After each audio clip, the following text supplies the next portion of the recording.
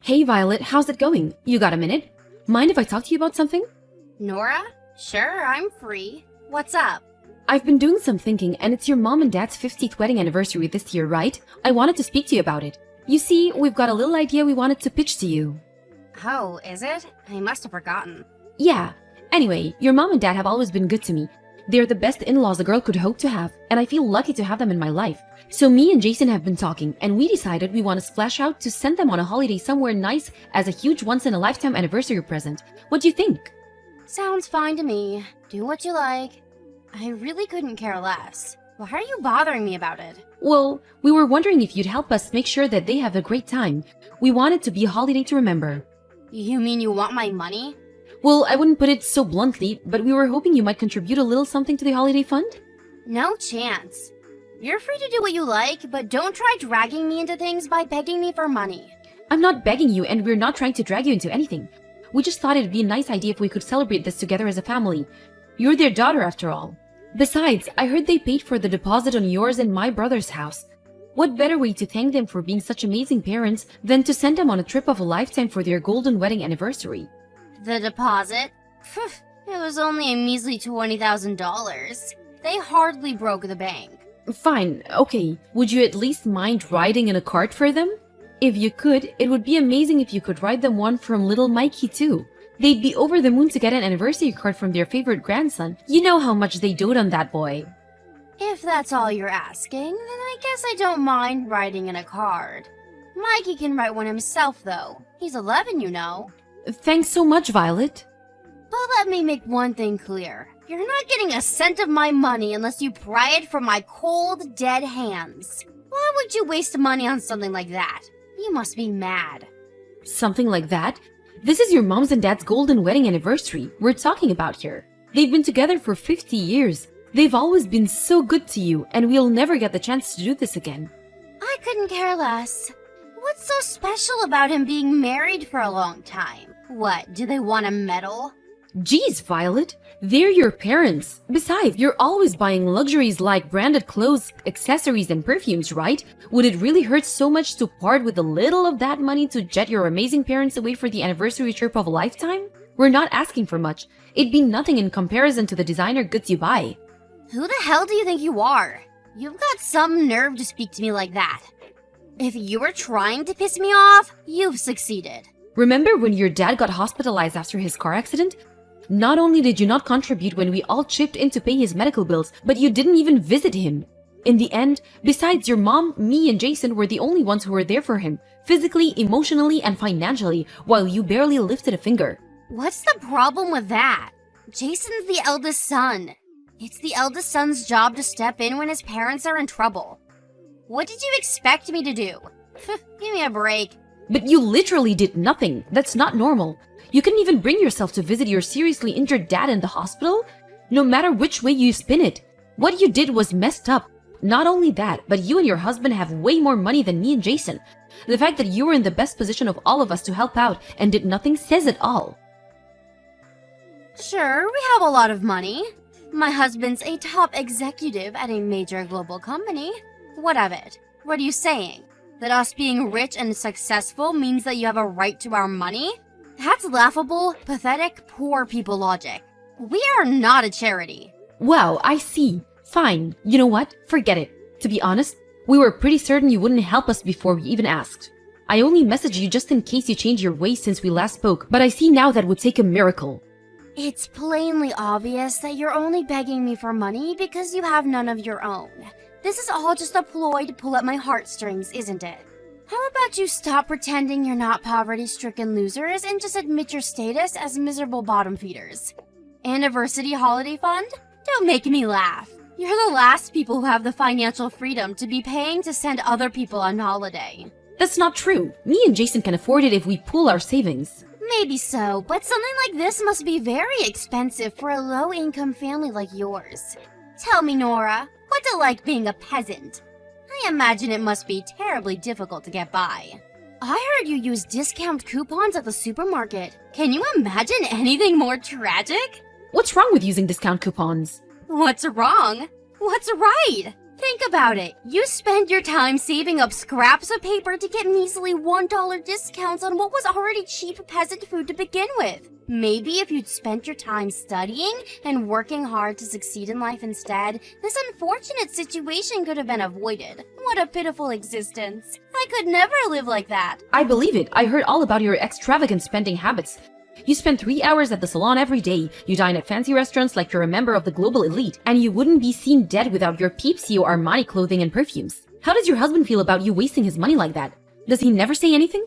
Why would he care about any of that? It's pocket change to him. When you're as rich and successful as we are, your sense of money changes. Let's say we have a little more leeway than the likes of you and my brother. My husband could care less about the occasional luxury here and there.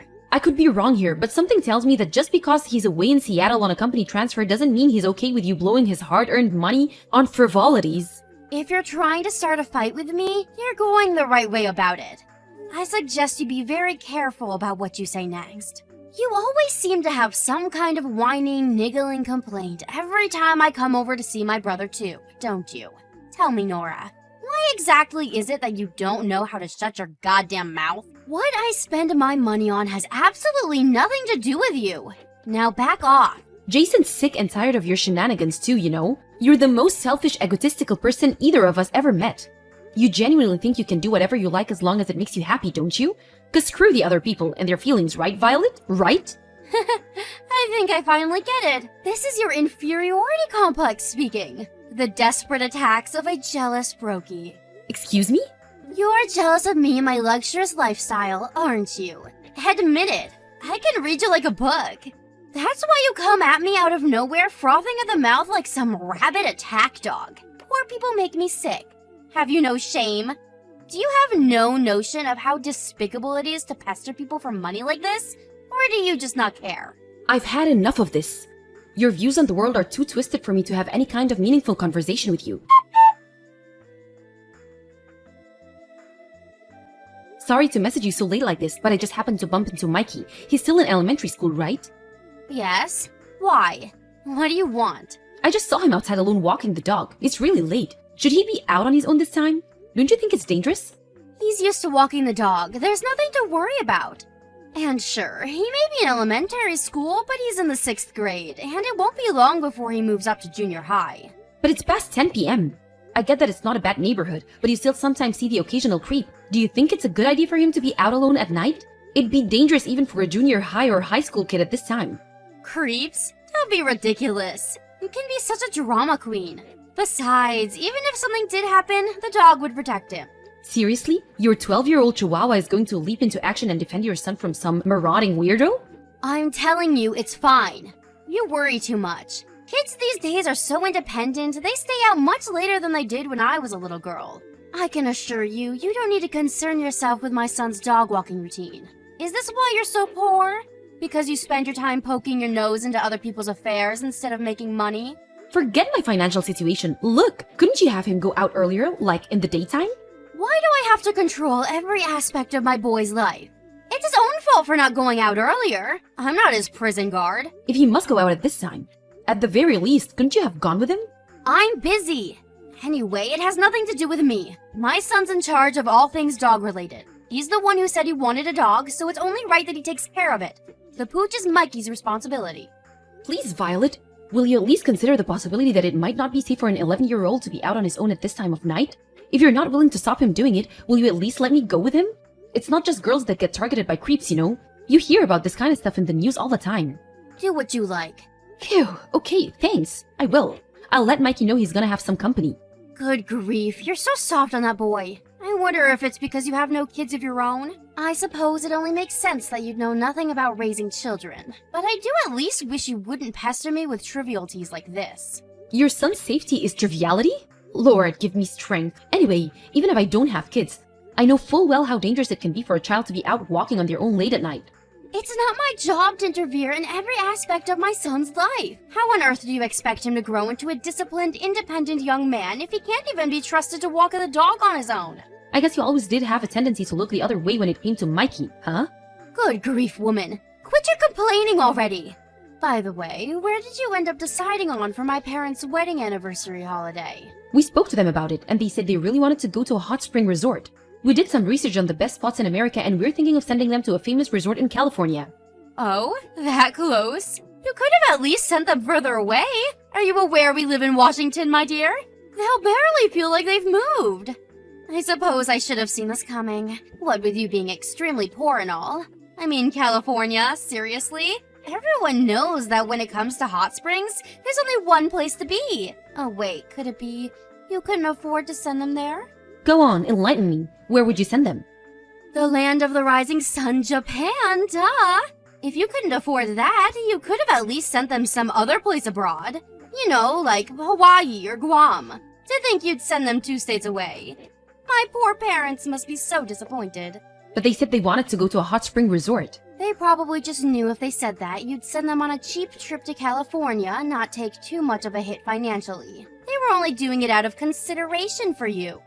They're aware of how poor you are and didn't want to put you in an awkward situation. It's amazing, really. You make this big show and parade about treating them like royalty for their golden wedding anniversary and then send them to California. If you're gonna celebrate, at least do it properly. Okay, Mrs. Travel Expert, tell me, what does celebrating properly look like? I just told you, going abroad. Take me, for example. I have 3 trips abroad planned for this year alone. I'm going to Dubai for the summer. That's great, Violet. Good for you. Somewhere exotic like Dubai might be a really attractive holiday destination to a seasoned veteran like you. But I'm not sure your aged parents, who have almost no experience traveling abroad, would see it in the same way. Lots of stuff can go wrong, and when you don't know what you're doing, traveling can be surprisingly stressful. Besides, and I'm repeating myself here, but they're the ones who said they wanted to go to a hot spring resort in the first place.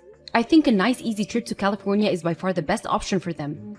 That's such a peasant-like way of looking at things. But what did I expect? You are a literal peasant after all. I can't say I don't feel bad for my poor parents, but what do I care? It's not like I'm the one paying for it. Do what you like. I will. We'll decide where your parents go on holiday amongst ourselves.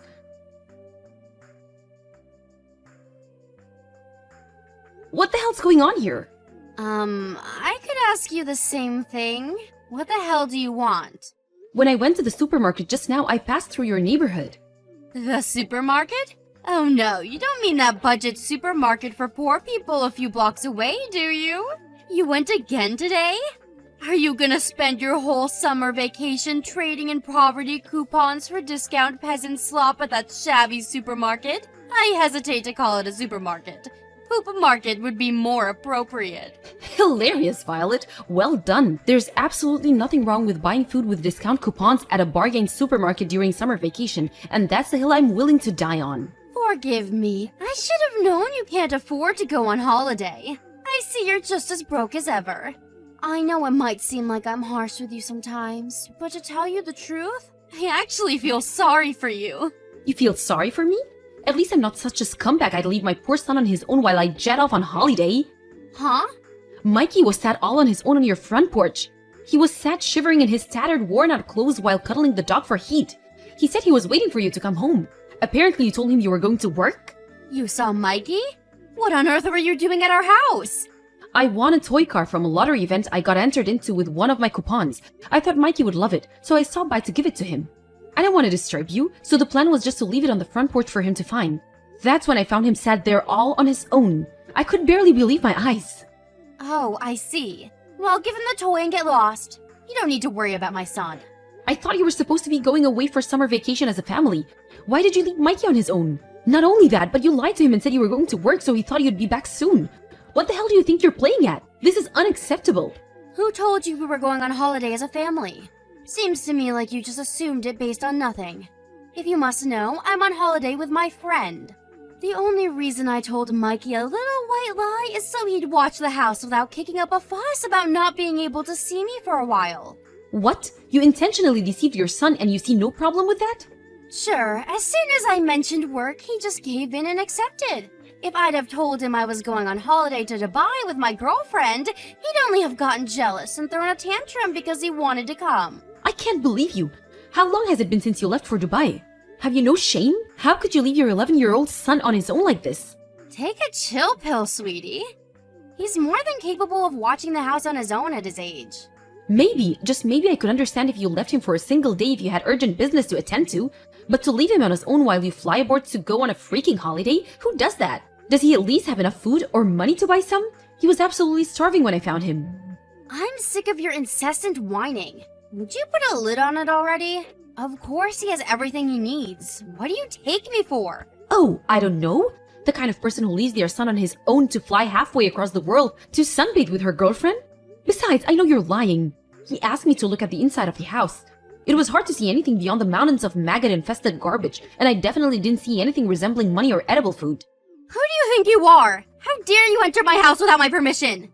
I'm taking Mikey back to our house, the dog too.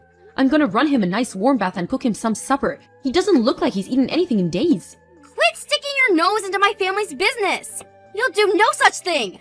I'm not listening to a word you say. I feel so sorry for Mikey. I can barely bring myself to look at him in this state.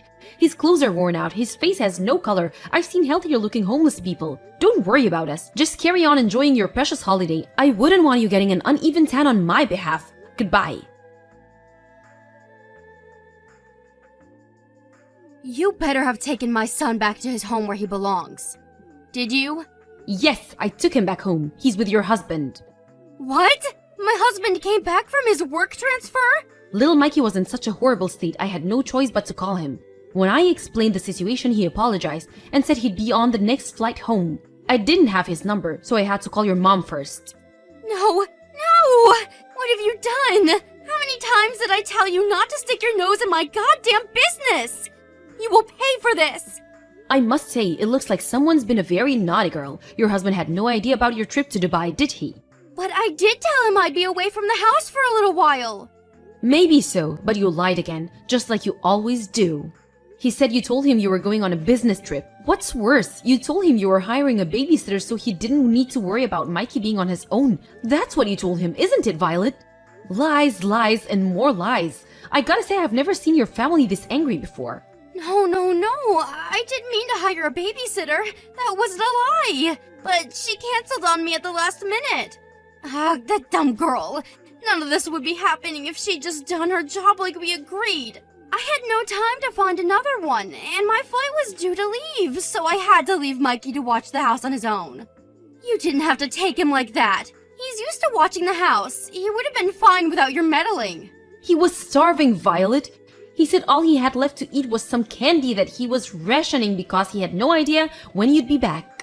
Him shivering on the porch cuddled up to the dog like that was the most heartbreaking thing I've ever seen. How could you do that to your own son? I told you I left him some food. He probably just ate it all on the first day. That's hardly my fault. Really? I wonder if it might have had something to do with you lying that you were going to work. He probably expected you to come back that night. Besides, there's no way you left him enough to cover your entire holiday. Now, to change the subject a little, your husband says he noticed you've been blowing his money by indulging in every possible luxury under the sun. You've been lying to him this whole time. What are you talking about? Your wasteful spending habits, obviously. You covered up your husband's rapidly shrinking bank balance with a pack of shameful lies. Repair costs for the roof, money for Mikey's medical bills. Lie after lie after lie, with not so much as a hint about how you were actually spending it on designer goods and fancy restaurants. What was it you said back then? My husband could care less about the occasional luxury here and there?